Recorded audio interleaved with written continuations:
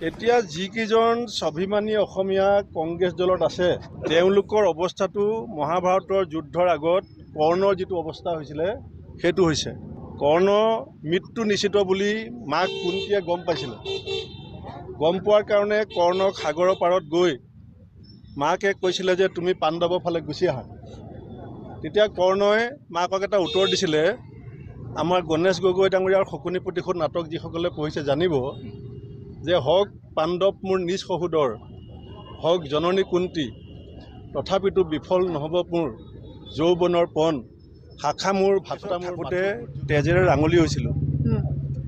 মই অসম কংগ্ৰেছত গোপীনাথ বৰদলৈ ডাঙৰ পৰা এতিয়ালৈকে প্ৰথমগৰাকী সভাপতি যি ৰাজপথত ৰাঙলী হৈছিলোঁ। ৰাঙলী হওঁতে মোৰ যিটো চোলাত তেজ লাগিছিলে সেইটো মই ধুই পেলাই থৈ দিছিলোঁ। এতিয়া কংগ্ৰেছে যে ট্ৰল কৰি আছে মোক এটা চোলা, ফটোখন চাব, এইটো চোলাই তেজেৰে ৰাঙলী হৈছিলে আৰু সেইদিনাখন মই ধুই পেলাই ইস্ত্ৰি কৰি থৈ দিছিলোঁ যে এদিন কেতিয়াবা পিন্ধিম। আজি মই সেই তেজৰ মূল্যাংকন কংগ্ৰেছে কৰিলে নে নাই সেইটো মই মনত পেলাবৰ কাৰণে ইয়ালৈ আহিছোঁ।